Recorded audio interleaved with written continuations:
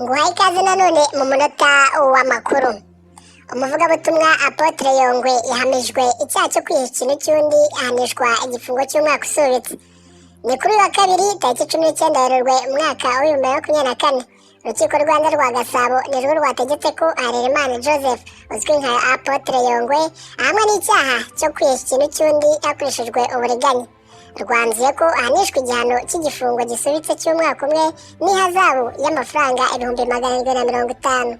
Mu karere ka Musanze hatangira imirimo yo kubaka uruganda ruzajya rutunganya urumogi, byose bikorewe mu Rwanda ku mpamvu z'ubuvuzi.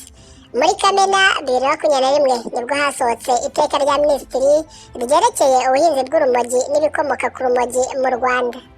Perezida wa Repubulika y'u Rwanda Paul Kagame yatangije umwiherero w'iminsi 2 w'abagize guverinoma n'abandi bayobozi bakuru, uri kwibanda ku kugera ku ntego z'igihugu mu bukungu ndetse n'imibereho. Ikigo cy'imisoro n'amahoro kizajya giha umuguzi wa nyuma wasabye fagitire ya EBM ishimwe ringana n'10%, naho utanze amakuru mu gihe umucuruzi yayimwimye ahabwe 50% y'umusoro ku mande yaciwe umucuruzi. Kanda subscribe tujye tubana mu munota w'amakuru buri munsi.